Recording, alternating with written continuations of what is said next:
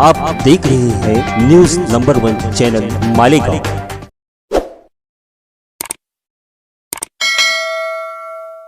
जो भाजपा की सरकार ने काला कानून लाया, जो गौवंश कायदा लाया, कायदा बनने के बाद तो हम पालन कर रहे और करते रहेंगे, लेकिन उसमें कुछ तरमीम करो ताकि बकरीद के ऊपर तो छूट मिल जाए। हो सकता है कि जो जानवर बूढ़ा हो जाए, जो खेती के काम में नहीं रहे, तो उसमें तरमीम करो, ये बात भी मैंने रखा, लेकिन उसके ऊपर भी कोई अमल नहीं, कोई एहसास नहीं, कोई सुनवाई नहीं। अगर आप तो ये बात को जानते हैं नौजवान, पहले मोबाइल कीपैड होता था, बटन वाला, उसके बाद एंड्रॉइड मोबाइल आया, उसके बाद मॉडल चेंज हुआ, ऊंचा मॉडल आता तो नौजवान ये छोड़ता वो बदलता, उससे ऊंचा है ये छोड़ता वो बदलता। आज जमाना है एक हाथ ले एक हाथ दे। तुम्हारी उम्र और मेरी उम्र, या आपकी जिंदगी मेरी जिंदगी, कोई बता सकता है कि कितना वक्त है? किसी के पास 1 घंटा, किसी के पास 1 सेकंड, किसी के पास 10 साल, किसी के पास 20 साल। अब हम इस्तेमाल नहीं होंगे, अब हम इस्तेमाल नहीं होंगे। अगर हमारे रियासती निगरान, अगर क्यादत कमजोर है,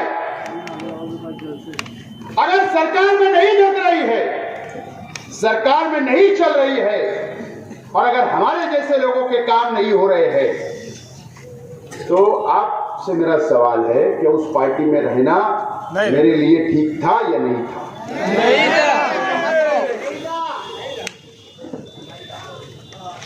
मैं उसकी पॉलिसी में तनकीद नहीं कर रहा हूं। कांग्रेस सेकुलर है और सेकुलर रहेगी, लेकिन मुझे रियासती लीडरान से मुझे बहुत दिक्कत थी। अगर हमारे नौजवानों का काम नहीं हो, हमारे मुसलमानों का काम नहीं हो, हमारे शहर का विकास नहीं हो, हमारे शहर का डेवलप नहीं हो, मजदूरों का काम नहीं हो, बुनकरों का काम नहीं हो, मैंने फैसला किया कि जो मैंने वादा इस शहर की आवाम से किया, नौजवानों से किया, वो मुझसे पूछते कि आप तो अपनी सरकार आ गई ना, रिजर्वेशन दिलाओ। मजदूर मेरे से सवाल करते, बुनकर करते, छोटे मोटे ठेले पे गाड़ी धंधा करने वाले पूछते। बदकिस्मती हमारी अपनी थी कि मैं हार गया। 15 महीने फिर भी इंतजार किया हमने कि शायद का नुमाइंदा कुछ करेगा। मैं चाहता तो आप लोगों से बोल सकता था, शहर के आवाम से बोल सकता था कि मैं तो हार गया, मैं क्या करूं, लेकिन नहीं।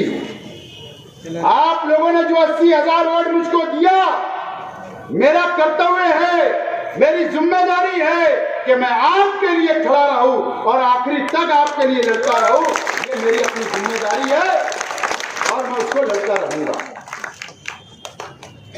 लड़ता रहूंगा। और इसके लिए कांग्रेस पार्टी से मैंने इस्तीफा दे दिया।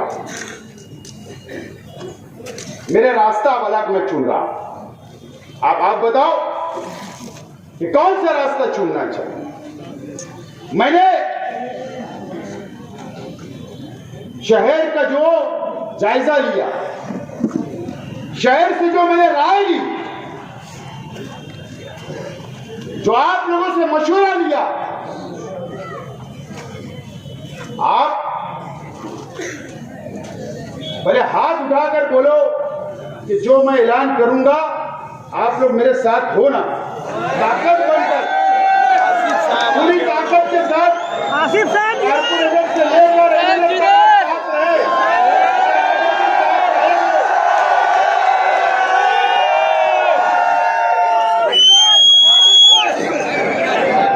देखो पता चला मैं आगे गया आप पीछे गए, ऐसा नहीं होगा।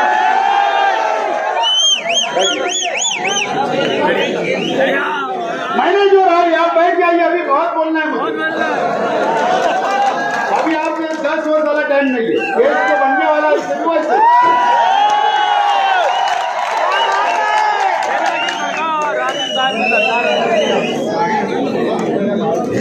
तो जो राय मैंने लिया आप लोगों से, जो आप लोगों ने राय दी, तो कई लोग अगर उसका परसेंटेज निकाला जाए, जरा अब मैं मुद्दे की बात कर रहा हूं, आप साइलेंस।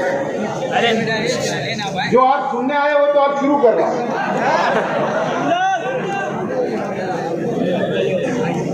डीवाईएसपी मैडम से मेरी विनंती है कि बस अब 10-15 मिनट में मामला खत्म हो जाएगा। मैंने जो चौक चौराहों के ऊपर जाकर आपसे जो राय ली, कई लोगों ने राष्ट्रवादी कहा, कई लोगों ने शिवसेना कहा, कई लोगों ने आप पार्टी कहा, कई लोगों ने जनता दल कहा, कई लोगों ने यहां तक कुछ लोग जज्बात में होंगे भाजपा, कई लोगों ने कहा कि अपनी पार्टी बनाओ, कई लोगों ने कहा कि कांग्रेस में वापस चलो। ये सब बातें आई। मैं चाहता जैसे प्रेस कॉन्फ्रेंस दिया वैसे प्रेस कॉन्फ्रेंस लेकर चला जाता। अब मुझे उम्मीद थी कि आप लोग मेरे फैसले के ऊपर कोई इतराज नहीं करते, लेकिन मेरी सोच वैसी नहीं है। मैं चाहता हूं कि आपकी राय के साथ चलूं, मैं चाहता हूं कि आपके साथ चलूं, मैं चाहता हूं कि आपका भविष्य बने, मैं चाहता हूं कि आपके बच्चों का भविष्य बने। मैं इसलिए राय ले रहा था। अगर उसका कैलकुलेशन मैंने किया, जो राय लिया, तो 70% लोगों की राय राष्ट्रवादी कांग्रेस पार्टी की आई। 70% राष्ट्रवादी कांग्रेस की राय आई और सेकंड नंबर पर शिवसेना की आई, थर्ड नंबर पर आप पार्टी की आई। अब कुछ लोग ने दावत भी दिया थी। हमारे दरवाजे खुले हैं जनता दल के लोगों ने। कड़ी कोंडा ही नहीं है उसमें। बहरहाल अल्लाह का करम है, किसी ने राय नहीं। मैं बोलता जनता दल के लोग सबसे बड़े भ्रष्टाचारी, सबसे बड़े शहर के अंदर विकास को रुकावट बनने वाले, दीमक की तरह चाट रहे शहर। बहरहाल उनकी किसने राय नहीं दिया।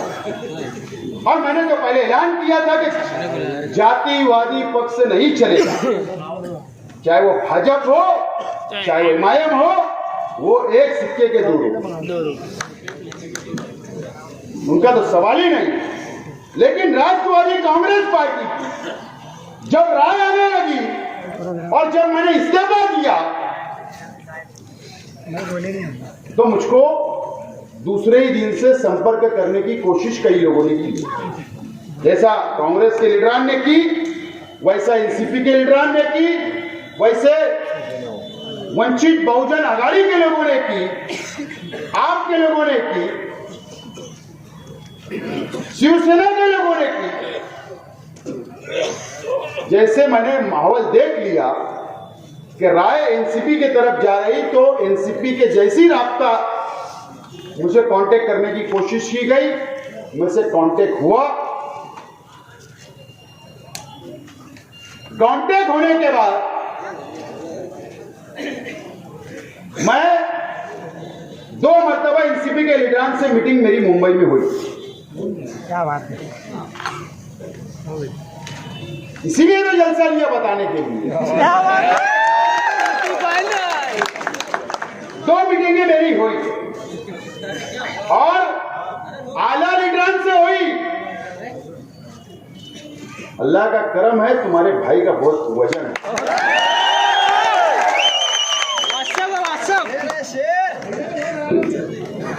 बहुत वजन, अल्लाह ने बहुत इज्जत से नवाजा। आप लोगों की दुआएं आला लीडरान से हुई और उन्होंने मुझसे वादा कर रहे हैं कि आपकी जो शरायत है, आप जो शहर के लिए चाहते हो, हम उसके लिए तैयार हैं। उसके लिए तैयार। अगर मैं ये बात बोलूं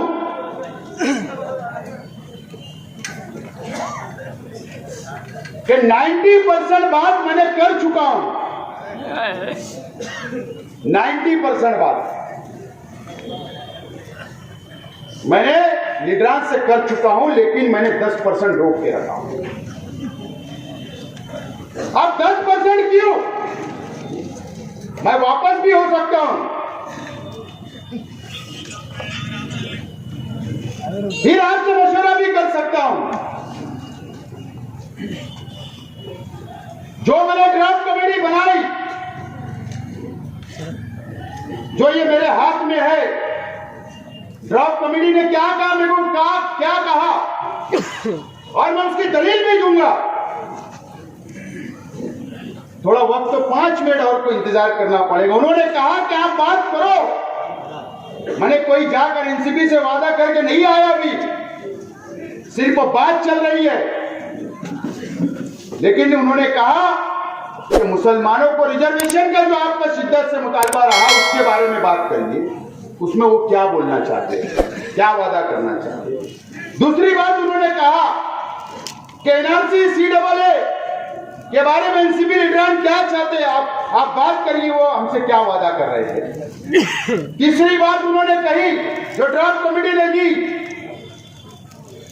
कि 122 जो अनसंगठित कामगार, जो पावर मजदूर, फ्रूट वगैरह, जो मैंने कहा, उस बोर्ड के अंदर पैसा डालने वाले हैं या नहीं, उसके बारे में बात करिए। चौथी बात उन्होंने कहा ड्राफ्ट कमेटी ने कि मालेगांव शहर को इकलौती जिला बनाया जाएगा क्या। पांचवी बात उन्होंने कही कि मालेगांव शहर के रास्तों समेत मुजाफात के इलाके झोपड़पट्टी के अंदर खुसूसी फंड मिलेगा क्या। छठी बात कही कि पावर लूम से जुड़े हुए मजदूर, मुकदम, बेघर लोग हाउसिंग मिनिस्ट्री से कि मालदा घरकुल योजना के अंदर उनको मकान मिलेगा क्या। सातवीं बात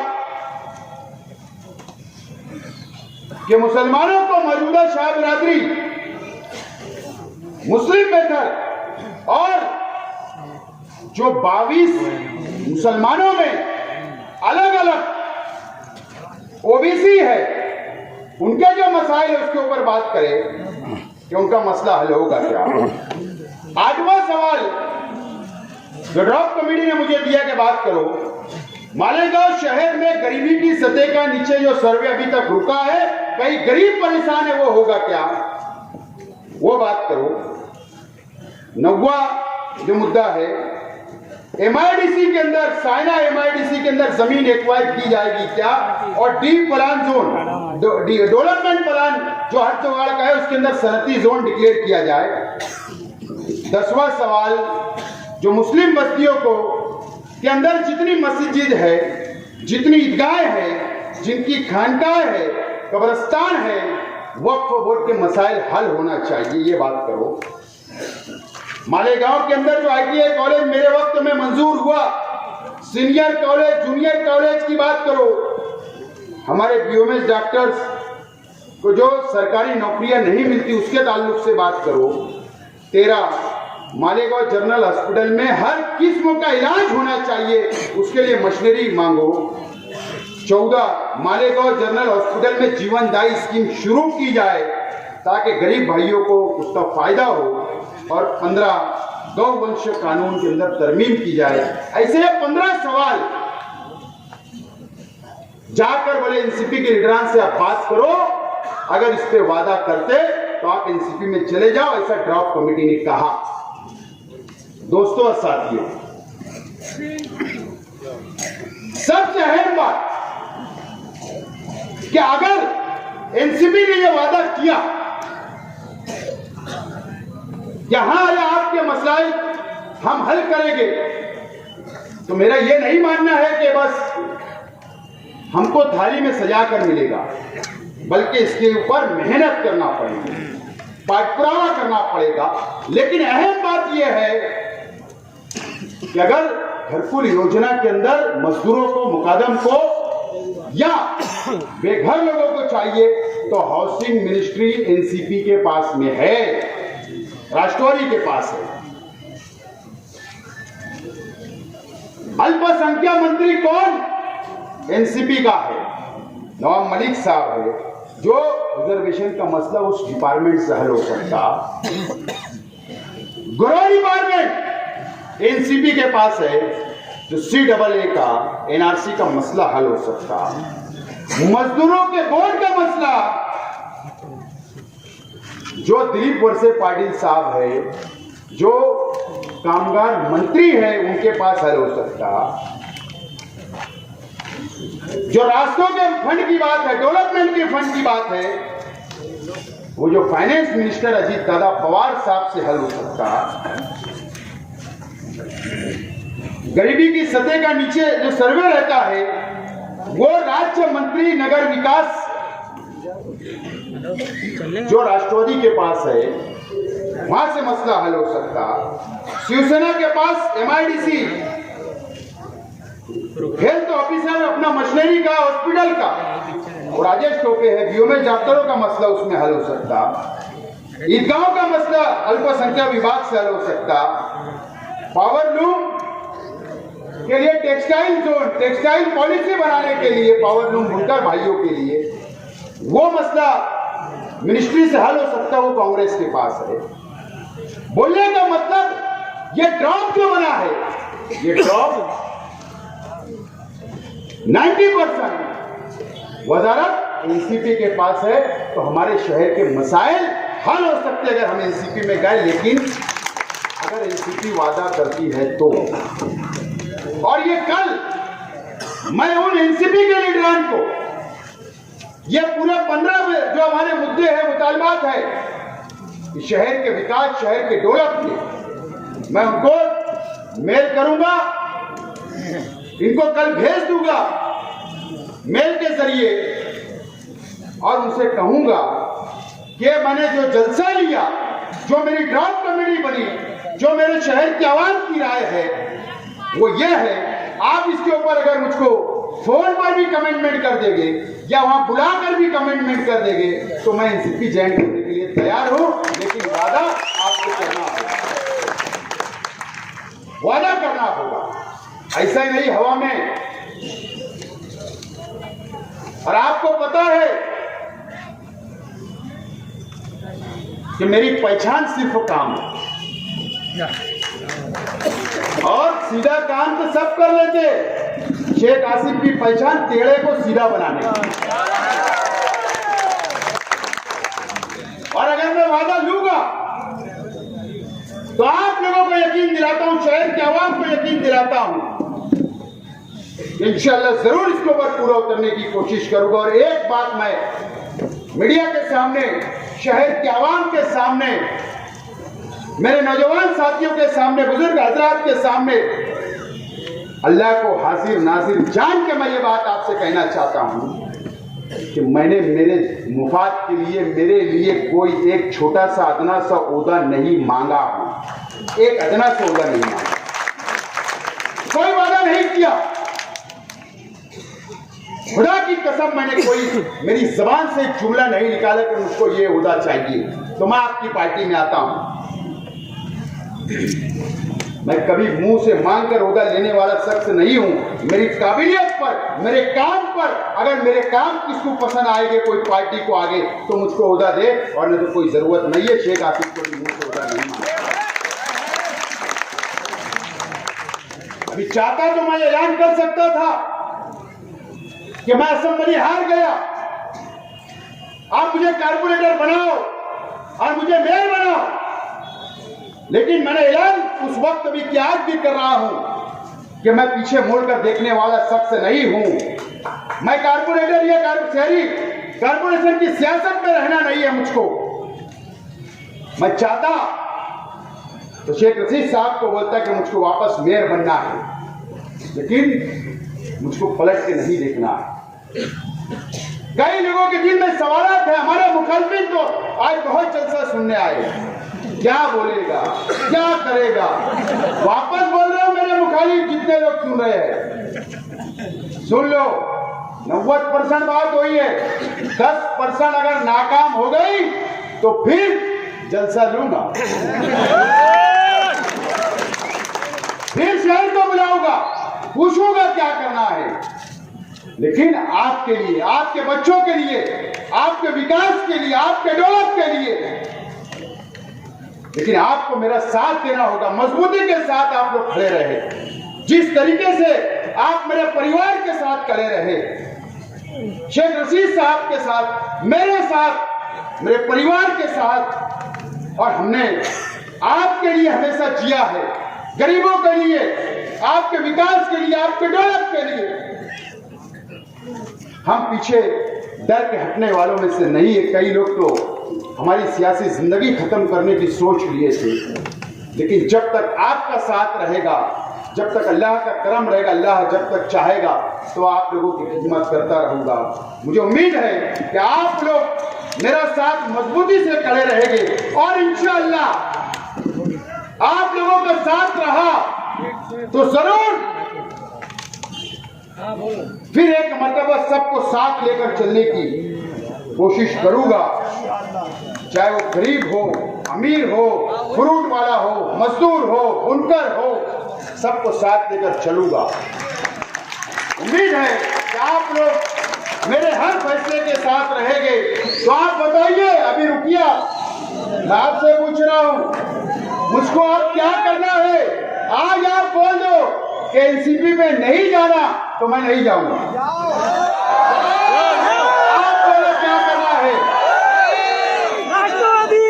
अरे आवाज नहीं आ रही, क्या बोल रहे हैं आप? क्या करना है बोलिए। मैं बात आगे बढ़ा। इस वीडियो को लाइक करें, हमारे चैनल को सब्सक्राइब कर बेल आइकन जरूर प्रेस करें